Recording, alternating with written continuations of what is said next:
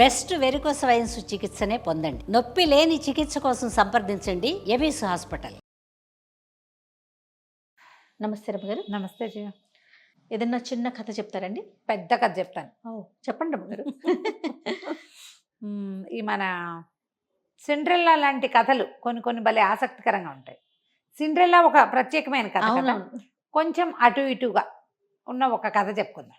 పూర్వం అట ఈ బాగ్దాదు నగరపు కథలు ఇవి బాగున్నాయి, అరేబియన్ స్టోరీస్. Okay okay.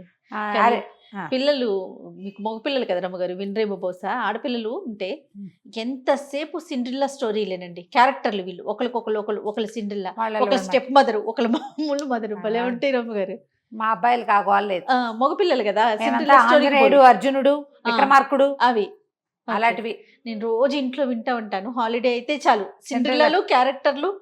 వీళ్ళకి ఎవరి మీద అయితే కోపం ఉంటుందో దాన్ని స్టెప్ మదర్ కూతురు కింద పెట్టేస్తున్నారు.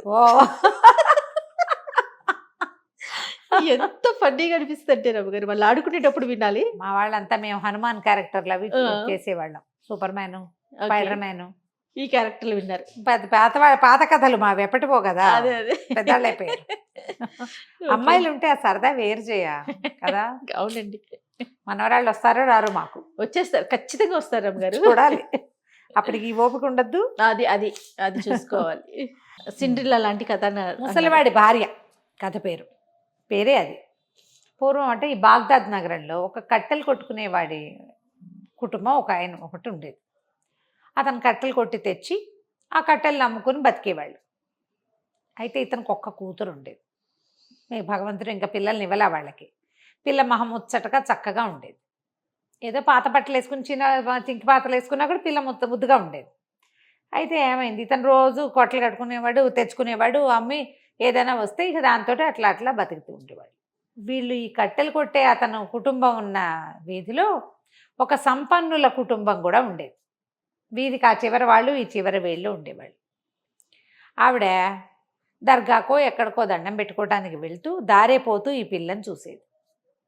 ఓ రోజు ఆవిడ కొడుక్కి పెళ్లి చేద్దాం అనుకుంది. ఆవిడకో కొడుకున్నాడు. పెళ్లి చేద్దాం అనుకుని ఆవిడ తలుచుకున్న రోజున ఈ పిల్ల కొంచెం ఏదో ఒక మంచి బట్ట కట్టుకుని పువ్వులు కడుతూ వాకిట్లో కనపడింది. కనపడేసరికి ఈవిడ ముచ్చట పట్టలేకపోయింది. పిల్ల ఎంత ముద్దుగా ఉంది, ఇటువంటి పిల్లని కదా చేసుకోవాలి కోడలుగా. అంతకుముందు బాగుంది అనుకునేది, ఇప్పుడు కోడలు ఆలోచన వచ్చేసరికల్లా కనబడిన పిల్ల మీద మనసు అయిపోయింది. ఆవిడేం చేసింది, గబగబా వాళ్ళ ఇంటి వాకిట్లోకి వెళ్ళి, అమ్మాయి నిన్ను నా కొడుకు పెళ్లి చేసుకుందాం అనుకుంటున్నాను, ఇగో ప్రధానంగా నీకు ఉంగరం పెట్టినానని వేలుకున్న వజ్రపు ఉంగరం తీసి ఆ పిల్ల చేతికి పెట్టి, వాళ్ళ అమ్మ ఏదో గిన్నెలు తోకుంటుంది, తండ్రి అసలు లేనే లేడు. అక్కడి నుంచి ఈ పిల్లని నిర్ఘాంతపోయింది. మరి ఎవరో ఒకళ్ళు అలా ప్రధానాలు పెట్టడం ఆ కాలంలో అలా ఉండేది కాబోలు. ఆవిడ సంపన్న గృహస్థు కాదని లేకపోయింది. ఆవిడ వెళ్ళిపోయింది. వెళ్ళిపోయాక సాయంకాలం నాన్న వచ్చాక, మధ్యాహ్నం అమ్మ వచ్చాక చెప్పింది, ఇట్లా ఆవిడ ఉంగరం పెట్టి వెళ్ళింది అదని చెప్పింది. చెప్పేసరికల్లా సరే బాగానే ఉంది. ఈవిడ చుట్టుపక్కల అందరికీ మన సందు చివర కట్టెలు కొట్టే ఆయన ఉన్నాడు కదా, వాళ్ళ పిల్ల ముంతాజో ఏదో దాని పేరు, ఎంత బాగుందో దానికి ఉంగరం పెట్టి ప్రధానం పెట్టేశాను, మా పిల్లాడికి చేసుకుంటున్నాను అనేసరికల్లా ప్రతి వాళ్ళు ఏడ్చినట్టుంది. పిల్ల బాగుంటే చేసుకోవటం ఏమిటి, అటువంటి పిల్లలు మన దగ్గర మాత్రం లేరా, కులం గోత్రం చూడొద్దా, పోనీ కులము గోత్రం మనవాళ్లే అనుకో, డబ్బు దశకం చూసుకోవద్దా, వాళ్ళ ఇంటికి మీ అబ్బాయి వెళ్తే వాళ్ళు ఏం పెడతారు, పప్పు చారు పెట్టే గతి కూడా లేదు వాళ్ళకి అని అందరూ తలా ఒక మాట అన్నారు. ఒక్కళ్ళు కూడా ఆవిడని సపోర్ట్ చేయలేపల. పోనీలే వాళ్ళకి లేకపోతే పోయింది, మనకు ఉంది కదా, పిల్ల ముద్దుగా ఉందన్నావు, అలాంటి మాటలు ఒక్కళ్ళు కూడా మాట్లాడాలి. ఏం పెళ్లి తెలివి నీతో 100 తెలివి అని ప్రతి వాళ్ళు అనేసరికి ఆవిడకి చాలా కోపం వచ్చేసింది. రుసరుసలాడుతూ వీళ్ళ ఇంటికి వచ్చింది రెండో రోజున. అని నా ప్రధానం క్యాన్సిల్ అని ఉంగరం లాగేసుకుంది. పిల్ల ఏడు మొహం పెట్టుకుని నుంచుంది. సాయంత్రం వాళ్ళ నాన్న వచ్చేసరికల్లా, నాన్న నిన్న పెళ్లి కుదిరింది, వాళ్ళ పెళ్ళి అయిపోయింది, ఆవిడ వచ్చి ఉంగరం పట్టుపోయింది అని చెప్పింది. గుండు మండిపోయింది.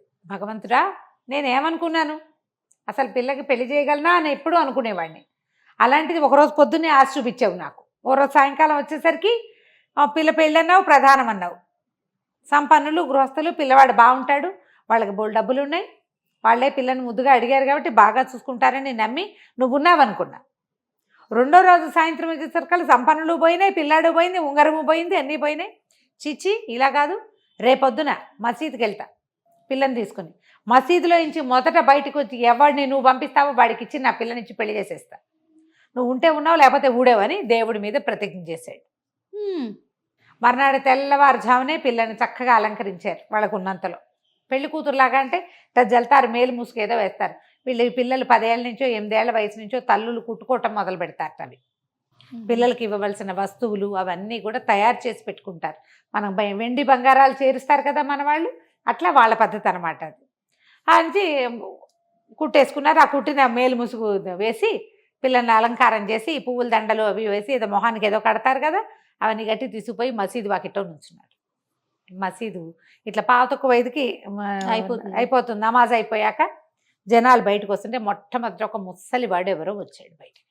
ఈయన పోయి ఆయన చేయించేసుకున్నాడు. పిల్ల తండ్రి ఆ కట్టలు కొట్టే ఆయన పట్టుకుని, బాబు రండి మా అమ్మాయిని ఇచ్చి పెళ్లి చేస్తాను మీకు అనగానే ఆయన అన్నాడు, అయ్యా నేను ముసలివాడిని, ముష్టివాడిని, నాకు ఇచ్చి పెళ్లి చేయటం ఏమిటి అంటే, కాదు బాబు మా పిల్లకి ఓ పెళ్లి సంబంధం కుదిరి మర్నాడు పోయిందండి. భగవంతుడు ఉన్నాడని నమ్మాను నేను. దేవుడికి చెప్పా, మసీదు నుంచి తొలిగా ఎవరు బయటకు వస్తే వాడికి ఇచ్చి పెళ్లి చేస్తాను. దేవుడికి ఇచ్చిన ప్రతిజ్ఞ నేను ఎలా కాదంటాను? నువ్వు కాకుండా ముసలివాడికి అక్కడ కుష్టివాడు వచ్చినా సరే మా పిల్లనిచ్చి పెళ్లి చేయవలసింది, దేవుడికి చెప్పాను మరి. అంతే, మొక్కు, దేవుడి మొక్కు తీర్చుకోవాల్సిందే.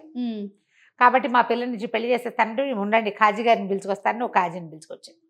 ఆయన వచ్చి 4 వాక్యాలు చదివి పెళ్ళి అయిపోయింది అన్నారు. నిఖానామా రాసేసుకున్నారు. అక్కడి నుంచి ఆ తండ్రి కాస్త ఏడ్చి శోకాలు పెట్టి పిల్లని ఆయనకు అమ్మకం పెట్టేశారు. వాళ్ళు విచిత్రంగా ఉంటాయి కదా. మన జానపద కథల్లోనేమో రాజుగారు అబ్బాయి ఎటో వెళ్తాడు, రోడ్డు మీద ఎవతనో చూసేసి పెళ్లి చేసుకుంటాడు, అంతే వెళ్ళిపోతాడు. ఇది ఇక్కడే ఉంటుంది. ఈ కథల్లో ఇలాంటివి కనపడతాయి అన్నమాట. అక్కడి నుంచి ఏమైంది, వీళ్ళు ఈ పిల్లని ఆయనకి ఇచ్చి పంపించేశారు. ఆ ముసలాయన ఈ మసీద్ నాకు ఎక్కువ దూరం నేను వెళ్ళను, ఈ మసీదు పక్కనే అని చెప్పేసి మసీదు పక్కనే ఒక చిన్న కొట్టం లాంటి ఒక గది ఉంది. ఆ గదిలో తీసుకెళ్ళి పెట్టాడు అమ్మాయిని. రోజు సాయంకాలం 5 రాగి కాసులు 5 ఒక రొట్టె తెచ్చి ఇచ్చేవాడు. కాపురాన్ని పంపేశారు. ఇక ఆ పిల్ల జోలికి వీళ్ళు వెళ్ళకూడదామా, నాన్న వెళ్ళిపోయారు. సాయంత్రం అయ్యేసరికల్లా 5 కాసులు తెచ్చిచ్చేవాడు, ఒక రొట్టె ముక్క తెచ్చిచ్చేవాడు. ఆ పిల్ల రొట్టె ముక్క తిని ఆ 5 కాసులతో ఏమొస్తే అదే కట్టుకుని అదే పెట్టుకుని అటగే ఉండేది ఆ గదిలో భర్త వచ్చేదాకా. సాయంత్రం వచ్చేవాడు, వెళ్ళిపోయేవాడు. ఇదే కథ నడిచింది. ఇంతలో ఏమైంది, కొద్ది రోజులు పోయాక ఈ తల్లి పిల్లని చూసొద్దామని వెళ్ళింది. వెళ్ళేసరికల్లా చిన్న గూడు లాంటి గుడిసె, అందులో ఏ పోషణ లేకుండా అర్భనాకారంగా తయారైన తన పిల్ల మురిగ్గా పాడుగొట్లాడుకుంటూ ఆ ఇంట్లో వస్తువులు లేవు, ఏమీ లేవు. పిల్ల ఏం తింటోందో, ఏం పోషణ ఉంది, అంతేగా.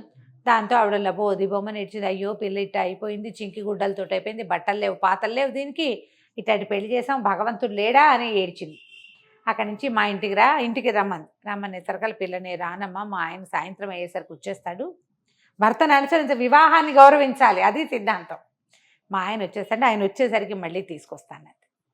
ఇంటికి వెళ్ళాక సావిడ ఏం చేసింది, తల్లి శుభ్రంగా పిల్లకి తలెట్టి పోసి వాళ్ళకు ఉన్నంతలో తలెట్టి పోసి అన్నం పెట్టి కొంచెం తన దగ్గర ఉన్న మంచి బట్టలు ఏవో ధరింపజేసి కూర్చోబెట్టుకుంటే, ఈ లోపల ఏమైంది, వీళ్ళ వీధి చివరి సంపన్న గృహస్థు ఇంట్లో పెళ్ళి. ఏ కుర్రాడికైతే దీన్ని చేసుకుంటామన్నారో ఆ అబ్బాయి పెళ్ళిట. అక్కడి నుంచి వాళ్ళు పెళ్లి పిలుపుకొచ్చారు, పెళ్ళికి రమ్మన్నారు. ఈవిడంది, అమ్మ రావే వాళ్ళ ఇంట్లో పెళ్ళి, మన వీధి చివరి మన చిన్నప్పటి నుంచి ఇక్కడే ఉన్నారు కదా, పెళ్ళికి వెళ్దామని అనేసరిగా పిల్లంది, నేను రాను వాళ్ళ ఇంట్లో పెళ్ళికి, మా ఆయన అడగకుండా నువ్వు రమ్మంటే నేనేటా వస్తానమ్మా, అట్లా రాకూడదు, నేను రాను.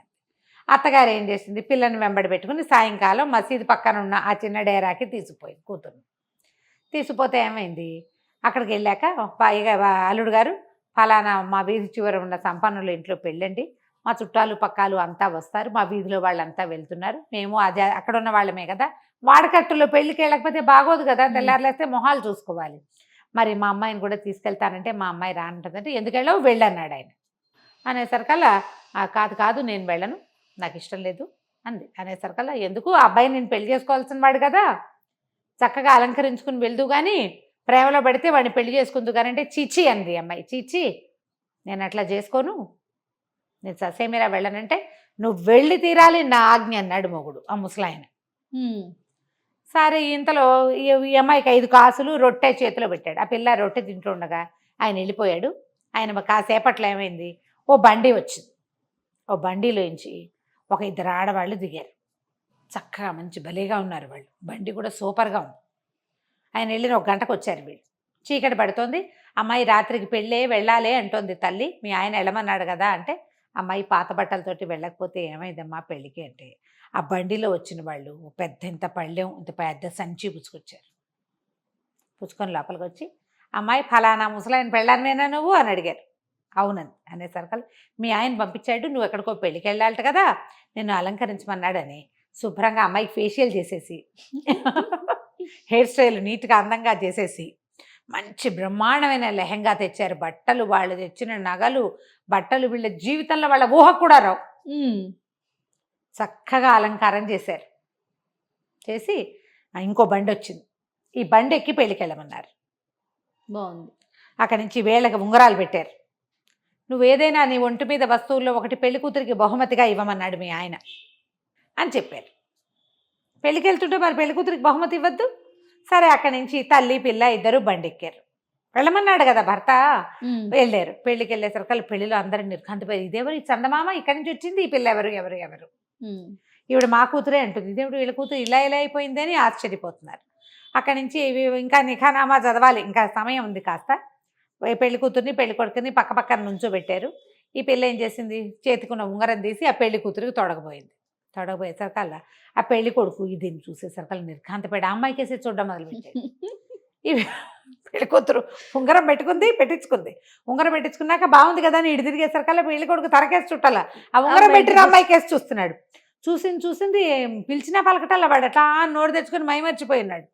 దాంతో ఈ అమ్మాయి ఏం చేసిందో చేతుకున్న ఉంగరం తీసి విసిరుకొట్టి నాన్న అమ్మ అని కేకేసి, వీడు వచ్చిన దాని ఎవత్వం ఇంకో చూస్తున్నాడు, ఈ పెళ్లి నేను చేసుకోను, నేను వెళ్ళిపోతాను అనేసి ఆరవడం మొదలుపెట్టింది. అరిచినా వీడు ఇంకా పెద్దగా స్పృహలోకి రాలా, విరిపిస్తున్నాయి అరుపులు. అమ్మాయికేసే చూస్తున్నాడు. ఇంతలో ఏమైంది, పిల్లంది, అమ్మాయి ఏమిటో ఇక్కడ గలాభాగా ఉంది, పదమ్మ మనం వెళ్ళిపోదాము, ఈ నగలు నాణ్యాలు వాళ్ళకి ఇచ్చేసేయాలి అని చెప్పి ఆ బండిలో తల్లి పిల్ల ఇద్దరు దాని ఒరిజినల్ గుడిసిందిగా అక్కడికి వచ్చేసారు. ఈ అమ్మాయి ఏం చేసింది, నగలు నాణ్యాలు అన్నీ తీసేసి ఆ వస్తువులన్నీ మూటగట్టి ఆ బండిలు పెట్టి, అబ్బాయి ఎవరిని జగించి ఇవన్నీ తెచ్చావో వాళ్ళకి ఇచ్చేసేయమని చెప్పి పంపించేసి, అక్కడేమో ఆ సంపన్న గృహస్థింట్లో పెళ్ళి అయిపోయింది. ఆ పిల్ల వెళ్ళిపోయింది కదా, మాటల మీరగా చుట్టుపక్కల వాళ్ళు అన్నారు, ఏముందమ్మా అంత గోల్ చేస్తావు, ఆ పిల్ల వీడికి తప్పిపోయిన పెళ్ళాము, అది ఆశ కొద్దీ ఓసారి చూశాడేమో, చూస్తే ఏమైంది అని పోట్టాడారు. చుట్టుపక్కల వాళ్ళు అందరూ కలగ చేసుకుని మాట్లాడతారు కదా పెళ్లి చేయాలని. పెళ్లి చేయాలని. దాంతో వీడికి ఏమిటి, ఈఎంఐ అయినా మా అమ్మ నాకు తప్పించిన పెళ్లి కూతురు, అయితే నాకు అదే కావాలి, ఈ పోడి మొహంత నాకు వద్దన్నాడు.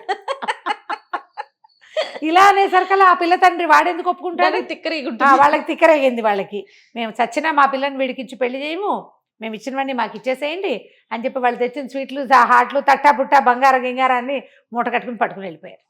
పెళ్ళి అయిపోయింది. ఈ పిల్లాడేమో అసలు ఆ పిల్ల ఎక్కడుంది, ఇది రావటం ఏంటి, ఇంత అందగత్తెని నాకు ఇట్లా చెడగొట్టేసావా అమ్మ అని అమ్మ మీద పడి ఏడ్చిపోట్టాడు. వాళ్ళ అమ్మ ఏమంది, సరే నేనేం చేయనురా నాయన, వాళ్ళు ఎవరికో బిచ్చగాడికి ఇచ్చి పెళ్లి చేసుకున్నారట, కావాలంటే ఆ పెళ్లి విడిపించి నువ్వు తెచ్చుకో, నేను పిల్ల అందంగా ఉందంటే వీళ్ళంతా కులం గోత్రం డబ్బు దాసుకోమని అందరూ కలిసి చెడగొట్టారు, ఇప్పుడు అది నగలేసుకుని తయారయ్యేసరికల్లా అది అందగత్త అంటున్నారు, కావాలంటే తెచ్చుకోమంది. సరే ఇతను అమ్మాయి ఎక్కడుందా అని వెతకడం మొదలుపెట్టాడు. వెతికి చివరికి ఈ మసీదు పక్కన ఉన్న చిన్న గుడిసెలో ఉంటుందని తెలిసింది. అక్కడికి వచ్చేసాడు. వచ్చేసరికల్లా పదే అడగటం మొదలుపెట్టాడు, నన్ను పెళ్లి చేసుకుంటే ఆ అమ్మాయి తెగ తిట్టిపోతుంది, నేను పెళ్లి చేసుకోవటం ఏమిటి, నువ్వు ఎవరితోనో చేసుకో, నాకు పెళ్ళి అయిపోయింది, పెళ్ళి అయిపోతే ముష్టివాడితో ముసలివాడితో ఎలా ఉంటావంటాడు. ఎలాగోలాగా ఉంటారు, ఎలా ఉన్నా సరే మా నాన్న దేవుడు ఆజ్ఞ మీద నాకు ఒక పెళ్లి చేశాడు, నేను దేవుడు ఆజ్ఞని గౌరవిస్తా, మా నాన్న ఆజ్ఞని గౌరవిస్తా, పెళ్ళిని గౌరవిస్తా, ముసలిగా ఉన్నా ఇంకోలా ఉన్నా నాకు నా మొగుడే కావాలి, నువ్వు నాకు పనికిరాదు. వాడేమో ఒప్పుకోవాలి, ఇలా నువ్వు ఒక ముసలివాడి దీంట్లో ప్రాపకంలో ఉండటానికి వీల్లేదు. ముసలివాడు వచ్చాడు, ఇంతలో భర్త వచ్చాడు. వచ్చేసరికల్లా భర్త అన్నాడు, నువ్వు పెళ్లి చేసుకో, నేను నీకు ఆజ్ఞిస్తా అంటే, నువ్వు కాదు, అల్లా ఆజ్ఞిస్తే తప్పిస్తే నేను చేయను, అల్లా ఆజ్ఞించిన చచ్చిపోతాను కానీ వీడిని పెళ్లి చేసుకోను నేను, భగవంతుడు ఇచ్చిన ఆజ్ఞ పెళ్ళి, దీన్ని మేరును నేను, నువ్వు చెప్పినా సరే, అయితే సుల్తాన్ మాట వింటావా అన్నాడు. సుల్తాన్ దగ్గరికి తీసిపోయి ఇవ్వండి అని చెప్పేసరికల్లా వీడేమన్నాడు, ఇలాగ ఒక చెల్లని పెళ్ళి ఒక రోజుకు ఒకసారి మొహం చూపించే మొగుడుతో ఎలా ఉంటుంది, ఈ అమ్మాయిని నాకు ఇచ్చి చేయాల్సిందని సుల్తాన్కి ఒక ఉత్తరం రాశాడు. ఉత్తరం పెట్టారు సుల్తాన్ దగ్గరికి. పెడితే సుల్తాన్ వెళ్ళని ఈ కేసు చూస్తాను రమ్మన్నాడు. రమ్మనేసరికల్లా ఇద్దరు వెళ్ళారు. వీడేమో ఈ అమ్మాయి నాకు ప్రధానమైన అమ్మాయి, వాళ్ళ నాన్న ఎవరికో ఇచ్చి పెళ్లి చేశాడు, ఇప్పుడు నాకు ప్రధానం చేసిన పిల్ల నాకే కావాలి అని వీడు. మా నాన్న అల్లా ఆజ్ఞ చొప్పున ఒకళ్ళకి నన్ను ఇచ్చి పెళ్లి చేశాడు, భగవంతుడు ఆజ్ఞ, నేను అది మీరను, నీ భర్తను నువ్వు గుర్తుపడతావా అని ప్రశ్నించారు. గుర్తుపడతానన్నాడు. గుర్తుపడతానంది. సరే అయితే అమ్మాయి జనానాలో ఉంటుంది కదా, గుర్తుపడతావేమో, బయటకు వచ్చి చూడు అని చెప్పాడు. చెప్పేసరికల్లా సుల్తాన్ గారు కుర్చీ దిగి కిందకు వచ్చాడు. ఈ అమ్మాయి నిర్ఘాంతపోయింది, ఇతనే నా భర్త అని చెప్పింది. అతనికి ఇక్కడ ఒక కత్తిఘాటు ఉంది, ఆ ముసలాయనకి. ఇది సుల్తాన్ కూడా సేమ్ డిట్టో అక్కడే చోట ఆ జీబురు గడ్డం మీద ఇక్కడ ఒక ఘాటు కనపడుతోంది అనమాట. ఆయన భర్తకి ముసలతను కదా, ఇట్లా ముసలి గడ్డము, జుట్టు ఇట్లా జీబుగా ఉంటుంది, మొహంతో ఇలా కుంచుకుపోయినటువంటిది, వంగిపోయి నడుస్తాడు. ఈ సుల్తాన్ టైం అని చువలాగా నుంచుని ఉన్నాడు, కానీ అతని మొహం సేమ్ డిట్టో ఆ ముసలివాడి మొహమే. ఇక్కడ ఒక ఘాటు ఉంది, ఈ ఘాటు ఉన్నవాడే నాకు భర్త అని చెప్పింది అమ్మాయి. చెప్పేసరికల్లా ఒప్పేసుకున్నాడు ఆయన. ప్రజల్ని పరీక్షించటం కోసం నమాజులు చేయడానికి ఎంతమంది వస్తున్నారో చూడడం కోసం ఆయన మసీదుకి వచ్చాడు. వచ్చి ఆ మామూలు సుల్తాన్ వేషంలో రకణ, అతను యువకుడు, మారు వేషంలో ముసలి వేషంలో వచ్చాడు. ఆ ముసలి వేషంలో ఉన్నవాడికి ఈ కట్టెలు కొట్టే ఆయనే తన పిల్లనిచ్చి పెళ్లి చేశాడు. ఈ పిల్ల నిజంగా ఈ పెళ్లిని నిభాయించి ఉంటుందో లేదో చూడడం కోసం 3 నెలల సమయం పెట్టుకుని 3 నెలల నుంచి ఆయన వచ్చిపోతున్నాడు, కానీ ఆ పిల్లని తన ముసలి రూపంతోటే కనబడ్డాడు. అక్కడి నుంచి ఈ సంపన్న గృహస్థు కొడుకుని పంపించారు బయటికి. వివాహితని మళ్ళీ పెళ్లి చేసుకుంటాను అనకూడదు, ఆమె ఆ పెళ్ళి వద్దనుకుంటేనే నువ్వు రావాలి, కానీ ఆమె ఆ పెళ్ళి కావాలనుకుంటే నువ్వు రావడానికి వీల్లేదు. ఈ అమ్మాయి ఈ దేశపు యువరాణి, నా భార్య అని ప్రకటించారు. సూపర్. ఒక సంపన్నుడికి పనికిరాని పిల్ల సుల్తాన్కి పనికొచ్చింది. సుల్తాన్ భార్య అంటే మరి దేశానికే మహారాణి కదా, చిన్న ప్రాంతం అయినా కూడా. అక్కడి నుంచి అమ్మాయిని సాధారణంగా రాజుగారి జనానాల్లోకి, అంతఃపురంలోకి తీసుకుపోయారు. కథ కంచికి మనం ఇంటికి. సూపర్. నమస్తే రమ్య. నమస్తే.